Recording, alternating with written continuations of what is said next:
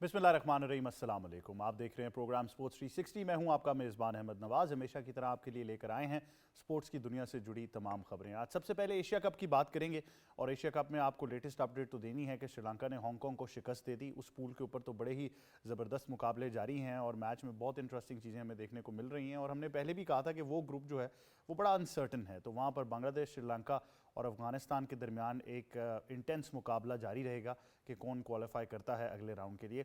लेकिन सबसे बड़ी खबर जो है वो हमारे पूल के अंदर ही है और मेरे ख्याल से बहुत ज़्यादा फोकस अब क्रिकेट से हट के तो कुछ ऐसी चीज़ों पर चला गया है जिसकी वजह से एशिया कप काफ़ी तनाज़ात का शिकार हो चुका है। उसमें सबसे पहले तो हम यही कहते हैं कि पाकिस्तान का मौक़िफ़ बड़ा वाज़ेह था।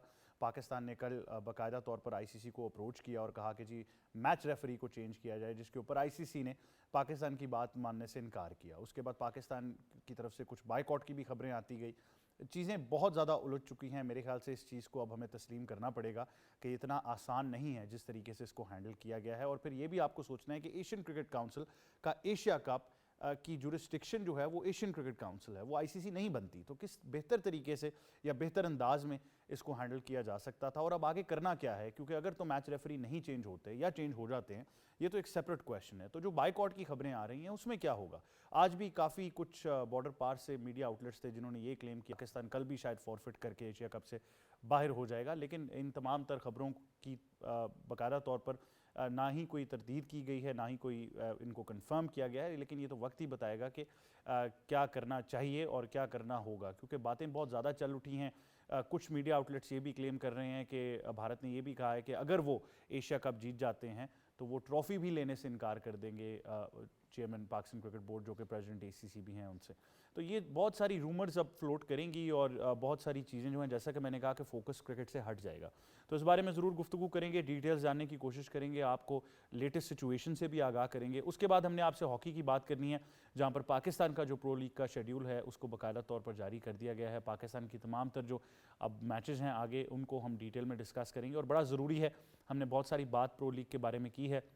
पहले भी ये आपको बताया था कि प्रो लीग में पार्टिसिपेट करना, वहाँ शमूलियत इख्तियार करना ही पाकिस्तान के लिए एक बहुत बड़ा एजाज़ है और पाकिस्तान हॉकी के लिए बहुत कारआमद साबित होगा। और मैंने हमेशा से ये कहा है, मैं फिर एक बार ये आपको याद दिलाता चलूँ कि आपका इस वक्त जो मौक़िफ़ है या आपका जो टारगेट है वो प्रो लीग जीतना नहीं होना चाहिए, वो वहाँ पर अपने आप को एक सीज़न पूरा सस्टेन करना है कि आप रेलीगेट ना हो।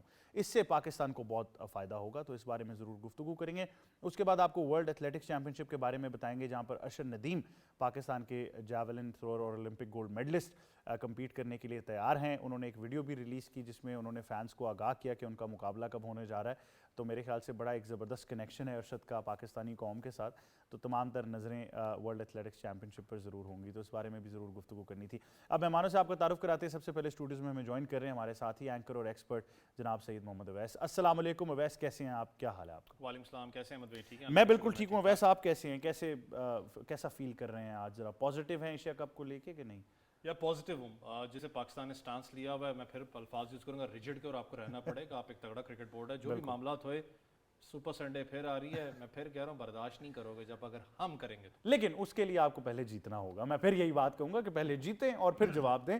साथ ही साथ हमें ज्वाइन करें हमारे senior sports expert and senior sports journalist जनाब मोई शाह साहब। अस्सलाम वालेकुम। जी, कैसे हैं सर? अल्लाह का एहसान है जी। Thank you very much for joining us. और साथ ही साथ हमें ज्वाइन कर रहे हैं क्रिकेट एक्सपर्ट अहमद कुरैशी। अस्सलाम वालेकुम अहमद, कैसे हैं? वालेकुम अस्सलाम, thank you for having me. Thank you for joining us is वेल अहमद। तो मोई शाह साहब, मैं आपसे ही आगाज़ करूँगा। मैं मैच रिजल्ट्स के बारे में तो बात थोड़ी देर बाद कर लूँगा, हम अपने नाजरीन को इन्फॉर्म भी करते रहे हैं और मैच भी पीटीवी स्पोर्ट्स बराह रास्त दिखाता रहा है। लेकिन इस वक्त तमाम तर नज़रें आई थिंक एशिया कप एक पहले तो एशिया का इवेंट था, बट ख़बरों के लिहाज से अब वो एक ग्लोबल इवेंट बन चुका है। अब बहुत सारी खबरें डिजिटल मीडिया पर चल रही हैं, 90% उसमें बहुत सारे रूमर्स भी शामिल हैं। और ऑब्वियसली ये तो होता है डिजिटल मीडिया के ऊपर, because it's not responsible journalism. लेकिन अब आप बताएं कि आपके सोर्सेज क्या बता रहे हैं। आपने डेफिनेटली इस पर लिखा भी है। इस वक्त क्या करंट सिचुएशन है पाकिस्तान की? देखें, सबसे पहले तो बात यह जी अहमद साहब कि अगर आप इंडिया से इस तरह की बिहेवियर को एक्सपेक्ट नहीं करते तो शायद वो आप गलत फहमी में हैं। इंडिया हमेशा जोन के साथ जंग में हुआ और जिस तरह उनके पूरी दुनिया में बेइज्जती हुई, वो हर मोड़ पे, हर जगह, सफारती तल्लुकात हो, स्पोर्ट्स हो, जो इवेंट हो, उसमें उन्होंने इस तरह की कोई ना कोई फजूल हरकत और घटिया किस्म की हरकत वो करनी है। तो वो हमें एक्सपेक्ट करना चाहिए था। अब हमारा रिएक्शन क्या होना चाहिए था? मेरा ख्याल हमारा रिएक्शन कोई जज्बाती रिएक्शन नहीं होना चाहिए, कभी भी जज्बाती रिएक्शन नहीं होना चाहिए, ये मैं फील करता हूँ। शायद अवैस मेरे से एग्री ना करें। जज्बाती रिएक्शन इसलिए नहीं होना चाहिए कि एक तो ये ACC का इवेंट है, एशियन क्रिकेट काउंसिल का इवेंट है। एशियन क्रिकेट काउंसिल के चेयरमैन कौन है? मोहसिन नकवी साहब हैं, और एक तरह से उनकी एक प्रेस्टीज भी इसमें इन्वॉल्व हो जाती है। The best way forward was कि जब इन्होंने इस तरह की हरकत की और इंडियन टीम ने की, इंडियन कप्तान ने की, मैच रेफरी ने की, ये सारा जो पूरा हमने देखा उस दिन संडे को, तो उस पर सिंपल सी एक बात थी, थोड़ा बहुत एंड मैंने कल भी आपसे शेयर किया था और इस तरह की बात की थी। एक बड़ा सिंपल इसका हल था कि as a ACC chairman Mohsin Naqvi साहब एक कमेटी बनाते, कमेटी इन अ सेंस, और उसको कहते हैं कि 2 दिन 3 दिन के अंदर अंदर अपनी रिपोर्ट दें, ये सारा जो मिस हैंडल किया है, ये किस तरह हुआ है, ये किसने इजाज़त दी है, किसने, और वहाँ पे बड़े बड़े लोग बेनकाब होते, इंडियन क्रिकेट बेनकाब हो जाता। BCCI, क्योंकि इसके पीछे सारा BCCI है ना, आपको पता है, कोई और नहीं है। BCCI है, मैच रेफरी तन तना इस तरह की हरकत नहीं कर सकता कि कप्तान को जाके कहे कि जी आपने हाथ नहीं मिलाना, हो नहीं सकता। तो वो सारा मलबा जो है वो BCCI पे डल सकता था, और मेरा ख्याल है वो ही बेस्ट वे फॉरवर्ड था, इसके अलावा कोई नहीं था। आज मैंने न्यूज़ की, मेरी लीड स्टोरी है फ्रंट पेज की, तो उसमें भी एग्जैक्टली मैंने ये चीज़ बताई है, और इस तरह ही होना चाहिए था। देखिए, आप कोई आउट ऑफ द वे जाके इस तरह डिसीजन नहीं कर सकते कि जी हमने पुल आउट कर दिया, जी हमने बाइकाट कर दिया। भाई आप बाइकाट करेंगे, एशिया कप हो जाएगा, नुकसान किसका होगा? नुकसान पाकिस्तान का होगा। और जब हम बाइकाट करते हैं तो फिर ICC का भी एक कोई रिएक्शन शायद आपको सामना उसका करना पड़े।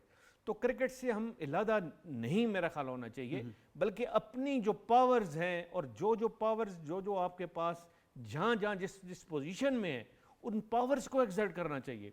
और वहाँ अगर आप पावर्स एग्जर्ट कर लें तो आपके फ़ायदे की बात होगी, और आपके जो आप कहना चाहते हैं दुनिया को, जो आप कह नहीं सकते, वो उस कमेटी, उस फॉर्मेशन जो आपने कोई इस तरह की चीज़ बनाई है, और अगर कोई डिसिप्लिनरी कमेटी है उसके जिम्मे लगाएं तो वो इस तरह का डिसीजन कर लेती है, और बड़ा अच्छा इसका कल बड़ा एक फैसला फौरन लिया गया कि जहां पर डायरेक्टर इंटरनेशनल को सस्पेंड कर दिया गया, और लेकिन उसके बाद कुछ इसकी बाकायदा तौर पर तहकीकात नहीं की गई। आई थिंक ये थोड़ा सा एक फेज़ ऐसा आ जाएगा कि बाकायदा आपको ये जानना पड़ेगा कि मैच रेफरी जो हैं उनका किरदार इसमें क्या था, उनको क्या उन्होंने इन्फॉर्म करना ज़रूरी समझा टूर्नामेंट कमेटी को, उनका काम बनता था कि वो एशियन क्रिकेट काउंसिल को इन्फॉर्म करे। तो आई थिंक ये सारी चीज़ें बड़ी वाज़े जो हैं उनको डिस्कस करना होगा।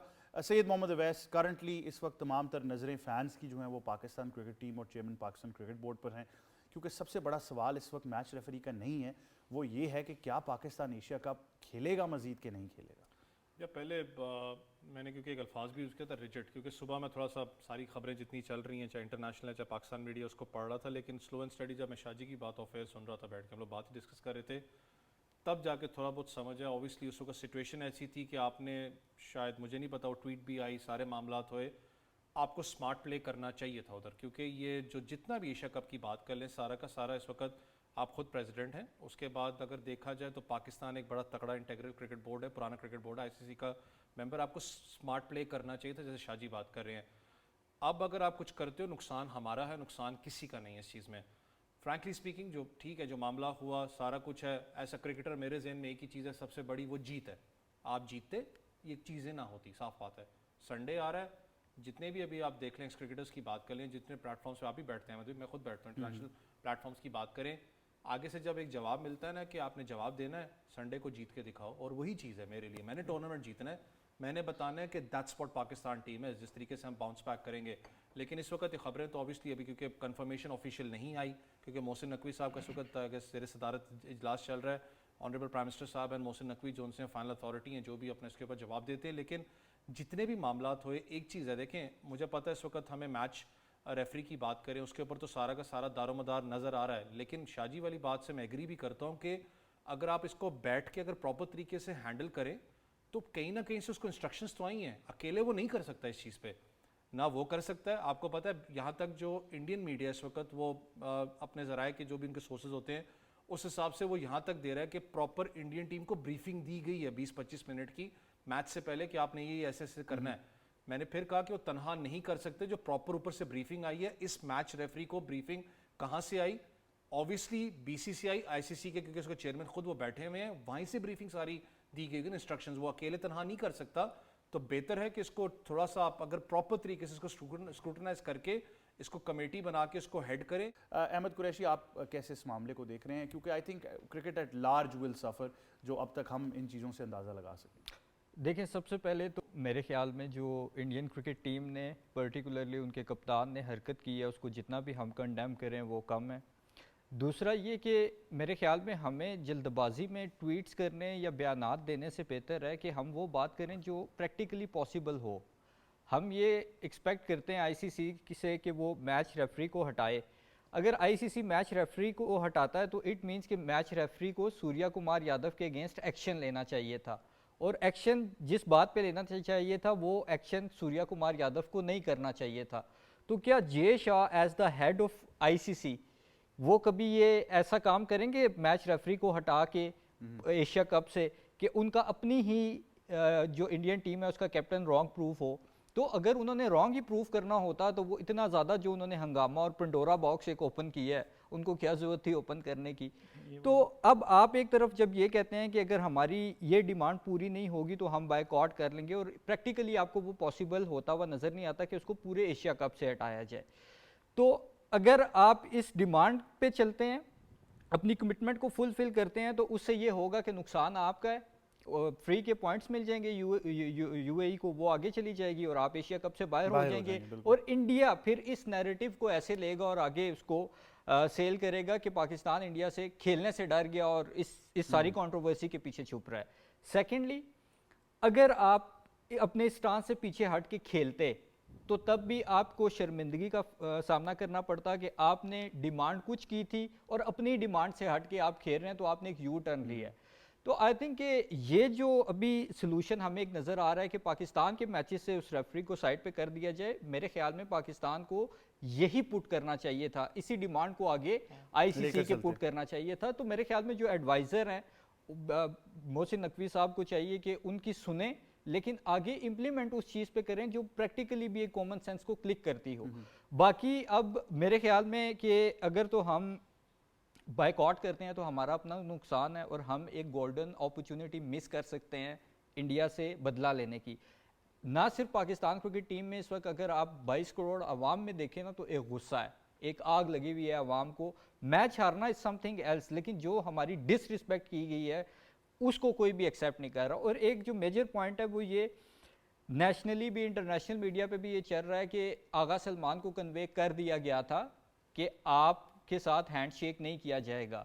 जब टॉस पे इंडियन टीम के कैप्टन ने हैंडशेक नहीं किया उनके साथ, तो वो फिर क्या एक्सपेक्टेशंस लेके ग्राउंड में उतरे हुए थे? क्या वो ये एक्सपेक्ट नहीं कर रहे थे कि उनके साथ हैंडशेक नहीं किया जाएगा? तो मेरे ख्याल में कि ये आगा सलमान और पाकिस्तान क्रिकेट टीम के मैनेजर और टॉप मैनेजमेंट की गलती है कि उन्होंने अपना तमाशा खुद बनवाया। जब आपको ऑलरेडी कन्वे कर दिया गया था तो जैसे वो ड्रेसिंग रूम में जाके उन्होंने दरवाज़ा बंद कर लिया था, आपको भी चाहिए था कि आप चुपचाप अपने ड्रेसिंग रूम में चले जाते। हल इसका सिंपल और एक ही है कि आप जीतोगे तो ऑटोमेटिकली ये सारी चीज़ें कवर अप होंगी, हारोगे तो मज़ीद ये चीज़ें आपके लिए आपके अगेंस्ट जाएंगी। एक जो इम्पोर्टेंट चीज़ है वो ये कि मैं फॉक्स न्यूज़, बीबीसी और डिफरेंट इंटरनेशनल चैनल्स देख रहा था। सूर्या कुमार यादव की स्टेटमेंट्स पे उन्होंने लिखा हुआ था कि स्ट्रॉन्ग रिस्पॉन्ड। क्यों?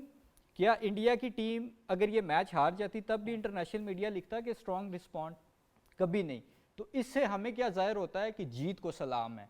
जब आप जीतते हो तो आपके जो भी एक्शंस हों वो किसी ना किसी तरह सबके लिए एक्सेप्टेबल हो जाते हैं। तो मेरे ख्याल में हम एक तो हारे इस तरीके से, बुरे तरीके से, फिर आपने ये भी नहीं देखा कि हमारी strength over the period of time recent past में स्पिन बॉलिंग रही है। इवन अगर मैं तीनों डिपार्टमेंट में अपनी बैटिंग को रेट करूं तो हमारी फील्डिंग से भी बुरी हमारी बैटिंग है। तो फिर आप क्या माइंडसेट लेके टॉस जीत के पहले आप अपनी वीकनेस की बेस पे डिसीजन ले रहे हैं, और फिर जब आपने बैटिंग का फैसला किया तो बैटिंग करो। अच्छा, इसमें एक और इंटरेस्टिंग पर्सपेक्टिव ये भी है मेरे ख्याल से, जो बड़ा अब वाजे हो चुका है कि रिगार्डलेस कि ये अब इस पर क्या फ़ैसला लिया जाता है, ओबियसली अब गवर्नमेंट ऑफ पाकिस्तान के कोर्ट में बॉल जो है वो आ चुकी है कि हुकूमत पाकिस्तान ही ये फ़ैसला करेगी कि पाकिस्तान अब बाइकआउट करता है या खेलता है। लेकिन एक बड़ा सिंपल, एक मैं आपको आज वाजे एक पर्सपेक्टिव देता हूँ। अगर पूरी दुनिया में, और मैं पूरी दुनिया एट लार्ज की बात कर रहा हूँ, अभी मैं खाली क्रिकेट या स्पोर्टिंग सर्कल्स की बात नहीं कर रहा, अगर कहीं पे धोखा देने या बदतमीज़ी करने, या फिर जो है वो आप ऐसा समझ लें कि ग्लोबल एम्बैरसमेंट के लिए कोई अवार्ड होगा तो वो डेफिनेटली इंडिया और उसका जो एक पूरा एक एम्बुश मेंटालिटी है उसको जाएगा। आप यकीन कीजिए कि पिछले 5-6 घंटों में ये भी देखने को मिला कि एक जाली ट्विटर अकाउंट एंडी पाइक्रॉफ्ट का बनाया गया, जिसके ऊपर जो बाकायदा तौर पर सूर्य कुमार यादव और इंडिया की तारीफ़ें करना शुरू की गई और पाकिस्तान क्रिकेट बोर्ड और चेयरमैन के बारे में नाज़िब अल्फाज भी इस्तेमाल किए गए। तो आप इससे अंदाज़ा लगा लें कि वो जो एक हिंदुत्वा बीजेपी माइंडसेट है, जो एक क्रिकेट तक में इतना महदूद था कि जी पाकिस्तान के खिलाफ नहीं खेलेंगे या पाकिस्तान नहीं जाएंगे, वो अब कहाँ तक पहुँच चुका है कि उन्होंने यहाँ से भी जो है वो इसको पोलिटिसाइज़ कर दिया। तो आई थिंक ग्लोबल पर्सपेक्टिव में बहुत सारी आवाज़ उठ रही है। ये हमने कल भी बात की थी, मोई शाह साहब ने भी इसकी निशानदेही की थी कि ये प्रेसिडेंट बहुत गलत सेट हो जाएगा। इसके बाद जो है अगर कोई भी ऐसी चीज़ें मज़ीद चलती रहती हैं तो वो क्रिकेट एट लार्ज को नुकसान पहुंचाएगा। लेकिन मेरे ख्याल से इससे बरक्स हमें ज़रा टैक्टिकली भी थोड़ा सा देखना है। श्रीलंका तो अपना मैच जीत चुका है, आज के मैच की भी अगर हम बात कर ही लेंगे और कल के मैच की, लेकिन ओवरऑल मोई शाह साहब, पाकिस्तान का जो कैंप है अब ये खाली एक हार नहीं है जो आपको इंडिया से मिली है। अब इसका, जैसा कि मैंने कहा, क्रिकेट से हट के भी एक पर्सपेक्टिव है। पाकिस्तानी कैंप के अंदर इस वक्त क्या चल रहा होगा?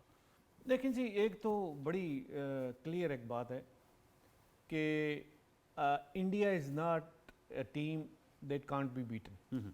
सिंपल सी बात है। मैं उनकी सारा जो पूरी उनके जो लाइनअप है मैं देख रहा था।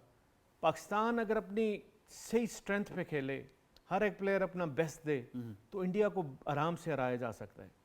मैं ये फील करता हूँ कि जो आप अभिषेक शर्मा या तिलक वर्मा, ये आप नए उनके प्लेयर जो देखते हैं, इनमें वीकनेसेस हैं बहुत ज़्यादा। अच्छा, सुनील गावस्कर ने एक स्टेटमेंट दी, उन्होंने कहा इंटरव्यू में एक कि मैं पाकिस्तान की बड़ी बड़ी टीम्स के खिलाफ खेला हूँ और मैंने देखी भी हैं, लेकिन उन्होंने कहा मैंने इससे डिसअपॉइंटिंग टीम पाकिस्तान की आज तक नहीं देखी। इसके बरक्स हमारे कुछ साबिक क्रिकेटर्स ने ये मौक़िफ़ दिया है कि ये बच्चे अभी नए हैं, ये ज़रा टीम बन रही है, इनको आप टाइम दे दें। सर मैं नहीं समझता कि ये टीम इतनी ज़्यादा वो है, ऐसी है कि जो इंडिया को, इस टीम को नहीं हरा सके। मैं सिंपली बिलीव करता हूँ कि पाकिस्तान बड़े आराम से हरा सकता है इंडिया को, और ये संडे को भी पाकिस्तान हरा सकता है। सिर्फ अपनी आप स्ट्रेंथ पे तो खेलें, अपना जो बेस्ट है वो तो दें।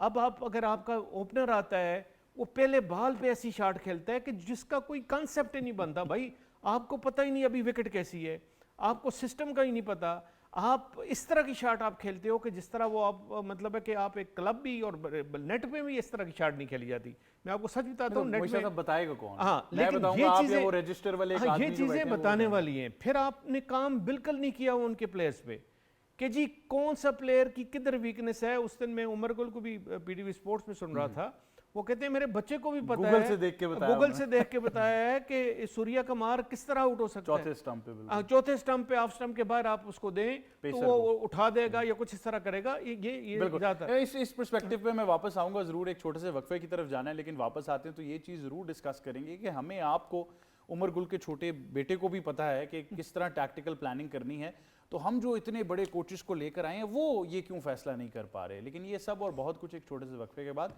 देखते रहिए स्पोर्ट्स 360।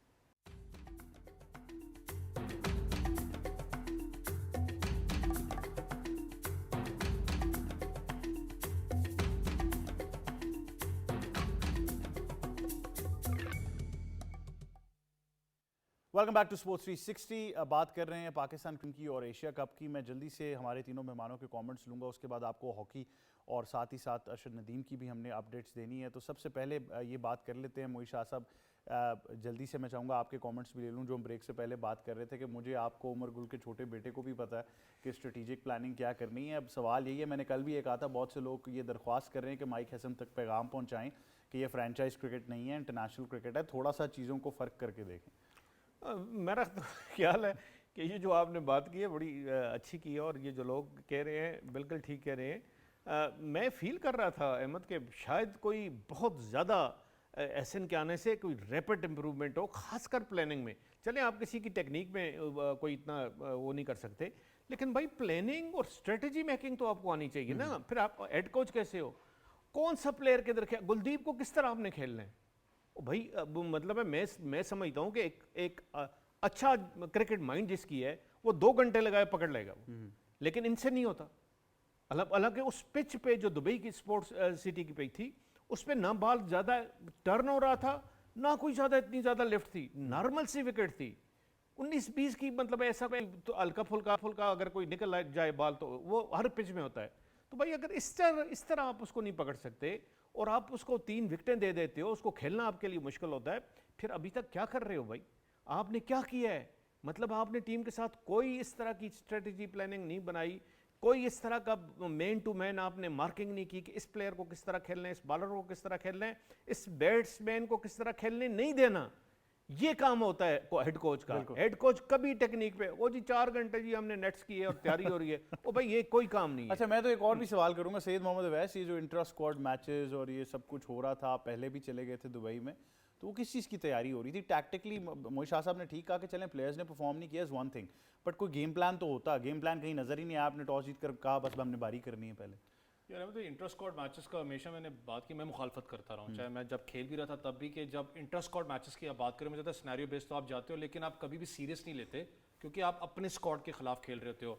आपके पास टॉप टियर जो खातिर लीग वहाँ पर जैसे हमारी फर्स्ट क्लास यहाँ पर होती है, टॉप टियर टीम्स थी, आप ECB ब्लूज के खिलाफ भी खेल सकते थे। एमिरेट्स क्रिकेट बोर्ड की बात कर रहा हूँ, एटलीस्ट आपकी तैयारी अच्छी हो जाती। ठीक है, वो मुझे पता लोगों ने चढ़ा दिया कि ट्राई नेशन सीरीज में पाकिस्तान ने बहुत अच्छी परफॉर्मेंस दी, अगर रियलिटी पे जाओ तो आपकी परफॉर्मेंस कोई 100% नहीं थी, बहुत क्लोज मार्जिन मैचेस आपके गए उन टीम्स के खिलाफ जो कि यूएई जैसी टीम के खिलाफ की मैं बात करूं, इसमें खेला हुआ एक्सपीरियंस वाइज जाऊं तो पाकिस्तान टॉप साइड थी, वहां पर बहुत क्लोज मैचेस गए, उन्होंने आउटस्टैंडिंग आपके खिलाफ परफॉर्मेंस की है। बिल्कुल। आप बैटिंग में चले जाएं, इस वक्त सबसे बड़ा मसला ये है कि आपके बेंच लाइनअप पे आपके पास बैकअप प्लेयर्स कितने मौजूद हैं, है ही नहीं है।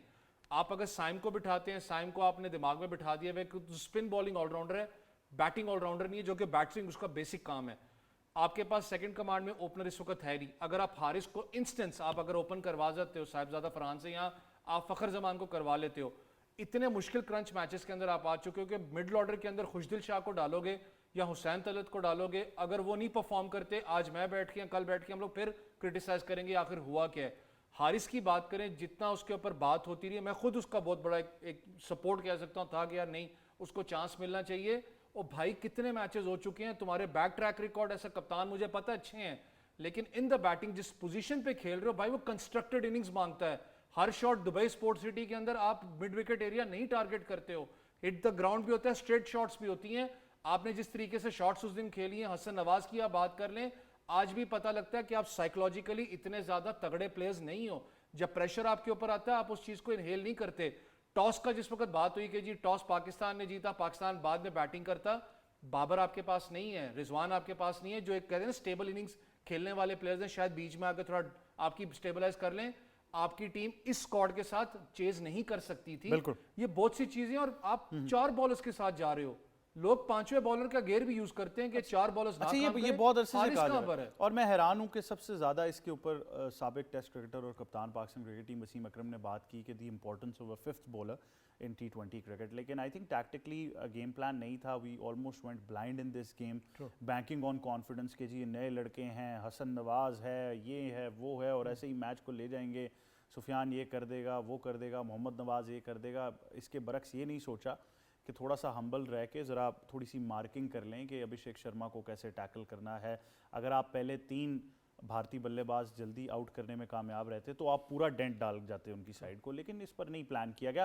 अहमद कुरैशी, आपके कमेंट्स में ज़रूर लूँगा कि टैक्टिकली इस वक्त कैंप जो है किन चीज़ों के ऊपर उसको काम करना चाहिए, और माइक हैसन इस वक्त क्या सोच रहे होंगे? सबसे पहले तो मेरे ख्याल में अपनी जो पाकिस्तान क्रिकेट टीम है उसको इंटेंट और एग्रेशन का जो आप एक कायदा पढ़ाते हैं ना, वो तस्बीह और कायदा पढ़ाना छोड़ दें। क्योंकि इंटेंट का मतलब ये नहीं होता कि आप आंखें बंद करें, शॉट घुमाएं मिड विकेट की तरफ, और आपको ये भी रियलाइज़ ना हो कि ये शॉट खेलने वाली बॉल भी है या नहीं। अनफॉर्चुनेटली हमने बाबर रिजवान को इंटेंट और एग्रेशन के नाम पे बाहर किया, हम हारिस, सैम, साहबजादा फरहान वगैरह को लेके आए और हमने इनको इंटेंट और एग्रेशन का तो बताया कि आपने इंटेंट के साथ खेलना है, लेकिन हमने किस बॉल पे हिट लगानी है, किस बॉल को रोकना है, कौन सी बॉल आपकी रेंज में है, कौन सी नहीं है, ये डिफ्रेंशिएशन इनको नहीं बताई, नंबर 1। दूसरी चीज़, आप के इंडिया के खिलाफ कितने बैट्समैन हैं जो बोल्ड हुए हैं? ज़्यादातर आपके बैट्समैन कैच आउट हुए हैं, तो वो क्यों कैच आउट हुए हैं? क्योंकि उन्होंने फजूल शॉट खेले, पैथेटिक शॉट खेले। किस वजह से खेले? इंटेंट और एग्रेशन के नाम पे। अभिषेक शर्मा ने पहली बॉल पे चार्ज किया, शाहिन शाह अफरीदी को चौका लगाया, दूसरी बॉल पे छक्का लगाया, तीसरी बॉल उसने क्यों ब्लॉक की? क्योंकि उसकी रेंज में नहीं थी। उसकी जगह अगर हमारा कोई बैट्समैन होता वो तीसरी बॉल के लिए भी चार्ज करने जाता, तो खड़ी कर टॉप देता, एज लगता और वो आउट हो जाता। सो ये जो एक बेसिक सेंस है ना, इसकी बहुत ज़्यादा कमी है। इसमें कसूर हमारे प्लेयर्स का भी है क्योंकि उनकी इतनी गेम अवेयरनेस ही नहीं है। इंटरनेशनल लेवल पे मेरा नहीं ख्याल कोई कोच आपको बैट पकड़ के बताता है कि ऐसे बैट होल्ड लेकिन करना अहमद, है, चीज़ ये सारी मुझे चीज़ें। आपको और मैं तो खैर I am a club cricketer, तो मैं तो बड़ा सिंपली कहूंगा कि हमारे लिए तो यही सब कुछ है। अगर हमें इस लेवल पे समझ आ रही है तो ये वो लोग हैं जो इंटरनेशनल क्रिकेट खेल रहे हैं। सर आपके लिए मुझे ये लगता है कि आपके जो प्लेयर्स हैं या जो मैनेजमेंट है ना, वो नॉन सीरियस है।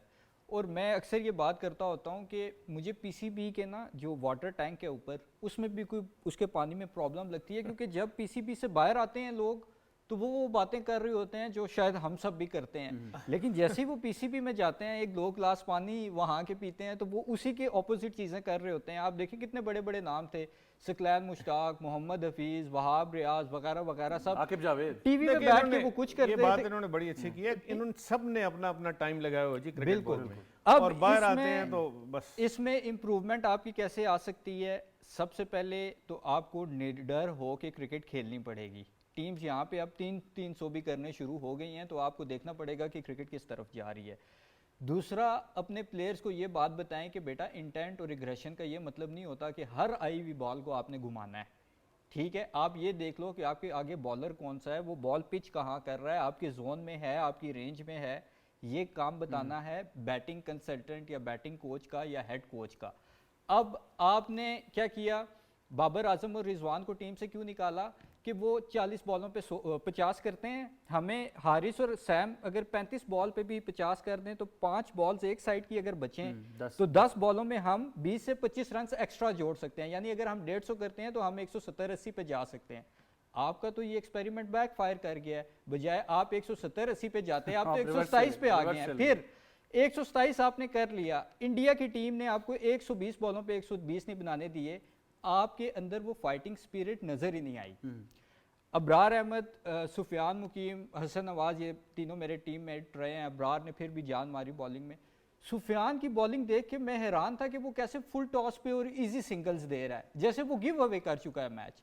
तो जब आपके अंदर वो फाइटिंग स्पिरिट ही नहीं है, आपके अंदर ये कॉन्फिडेंस नहीं है कि हम ये मैच जीत सकते हैं, तो तब तक आपका कुछ नहीं हो सकता और आपको फियर ऑफ फेलियर जो है उसको साइड उससे पे निकलना रख के पड़ेगा। निकलना आई थिंक पड़ेगा। एक चीज़ और बड़ी वाजे हुई कि बड़ा लोगों ने कहा जी एग्रेसिव कप्तान, तो जो एग्रेसिव कप्तान थे वो ही हिम्मत हार गए थे। हमने शुरू में ही देख लिया उनकी बॉडी लैंग्वेज को कि किस तरीके से वो चीज़ों को हैंडल कर रहे हैं। बट दैट बीइंग सेड, जो भी फैसला होगा वो कुछ देर में मुतवक्के है और हमें पता लग जाएगा कि पाकिस्तान का एशिया कप का फ्यूचर क्या होगा या एशिया कप का एज अ टूर्नामेंट फ्यूचर क्या होगा। इसको ब्रॉडकास्टर्स भी आई थिंक बड़ी कड़ी नज़र से देख रहे होंगे। जाने से पहले मोई शाह साहब, मैं ये ज़रूर आपसे दरख्वास्त करूँगा कि 2 खबरें हैं। एक तो हॉकी का स्केड्यूल आ चुका है और साथ ही साथ अरशद नदीम कम्पीट कर रहे हैं एथलेटिक्स चैंपियनशिप में, उसके बारे में ज़रूर बताइएगा। देखिए, बड़ा अच्छा आपने हॉकी पे इंट्रो दिया और उसका मकसद यही है जी FIH प्रो लीग का कि हम जो छोड़ चुके हैं वो टॉप का एक ग्रुप होता है टीम्स का, तो वो हम वापस आ रहे हैं। तो हम इसलिए नहीं आ रहे कि हमने प्रो लीग जीतनी है ना, हम जीत सकते हैं, सिंपल इज दिस। अपनी जो लिमिटेशंस हैं ये आप हमें एक्सेप्ट करनी चाहिए और हम एक्सेप्ट कर रहे हैं कि हॉकी में अब अगर टॉप 10 में भी आ जाते हैं तो बड़ी बात है। और 1 साल के अंदर अंदर अगर जिस तरह आपने कहा कि रेलीगेट नहीं होते, pro league, next pro league 2026-27 में हम रह जाते हैं, तो बड़ा हमारी एक बहुत बड़ी अचीवमेंट होगी।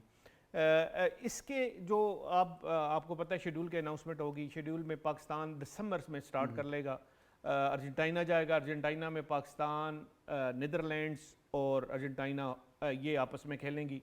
फिर पाकिस्तान फिर फरवरी में खेलेगा और फरवरी में जाके पाकिस्तान का ऑस्ट्रेलिया में, जो पाकिस्तान की जो है वो ऑस्ट्रेलिया, जर्मनी, ये तीनों टीमें आपस में खेलेंगी। और फिर जून में जाके ये इसका एंड भी होगा। और जून में पाकिस्तान ने ऊपर नीचे 2 मुख्तलिफ जगह पे खेलनी है। एक पाकिस्तान ने बेल्जियम में खेलना है अगेंस्ट बेल्जियम और स्पेन के साथ, और फिर पाकिस्तान ने आके इंडिया के साथ इंग्लैंड में आके खेलना है। और इंग्लैंड, इंडिया और पाकिस्तान जो है ये उसमें होंगे। ये बैक टू बैक मैचेस होते हैं, मतलब होम एंड अवे की बुनियाद पे होते हैं। 2-2 मैच आपको खेलने पड़ते हैं। तो सिंपल हम ये सोच रहे हैं जी कि पाकिस्तान अच्छी परफॉर्मेंस देगा।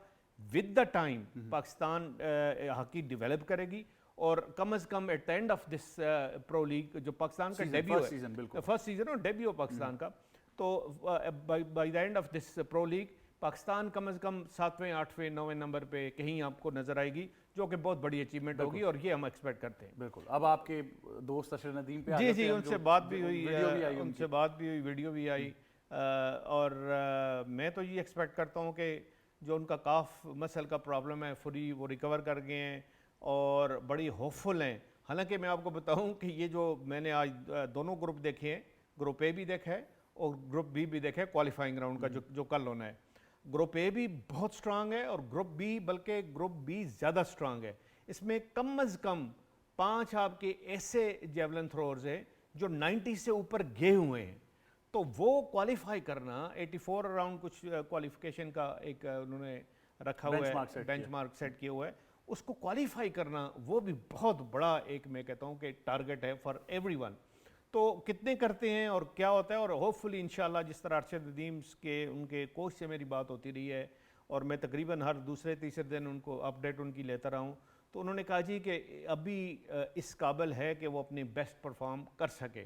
तो बड़ी खुशी होती है कि अरशद नदीम वापस आ गया, अल्लाह ताला उसकी मदद करे और गोल्ड पाकिस्तान के लिए जीते। और गोल्ड देखें, 3 एक थोड़ा सा बात ज़रूर कर दूं अहमद साहब के, 3 वहाँ पे इंडियन हैं जो नीरज चोपड़ा के बैक में अब उन्होंने तैयार कर रहे हैं। हमारा बड़ी बदकिस्मती से तमाम सर्कल सबसे ज़्यादा कसूरवार एथलेटिक फेडरेशन है मैं कहूँगा, फिर पाकिस्तान स्पोर्ट्स बोर्ड है। इन दोनों की रिस्पॉन्सिबिलिटी है कि अरशद नदीम का बैकअप तैयार करें। अरशद नदीम 1 डेढ़ 2 साल से ज़्यादा कम्पीट नहीं कर सकता और ये बिल्कुल क्लियर होना चाहिए। जो 2 साल बाद हम सोचेंगे ना, वो आज हमें पता होना चाहिए। बिल्कुल। और अगर आप इसका बैकअप तैयार नहीं करेंगे ना, तो पाकिस्तान के लिए एक मैं कहता हूँ कि बहुत बड़ा एक अनफॉर्चुनेट बात होगी कि आपका गोल्ड मेडलिस्ट है और उस पर बैक में कोई है ही नहीं कि जो उसकी जाने के बाद उसकी जगह संभाल सके। और ये माजी में हो चुका है कि जिस स्पोर्ट को आप डोमिनेट करते रहे हैं वहाँ से आपका एग्जिट बड़ा अनसेरेमोनियल तरीके से हुआ। बट बहुत शुक्रिया मोई शाह साहब आपका, अहमद कुरैशी आपका और सईद मोहम्मद अवैस आपका कि आप हमें ज्वाइन कर रहे थे। यही था आज का प्रोग्राम स्पोर्ट्स 360। मुझे और टीम को दीजिए इजाज़त। अल्लाह हाफ़िज़।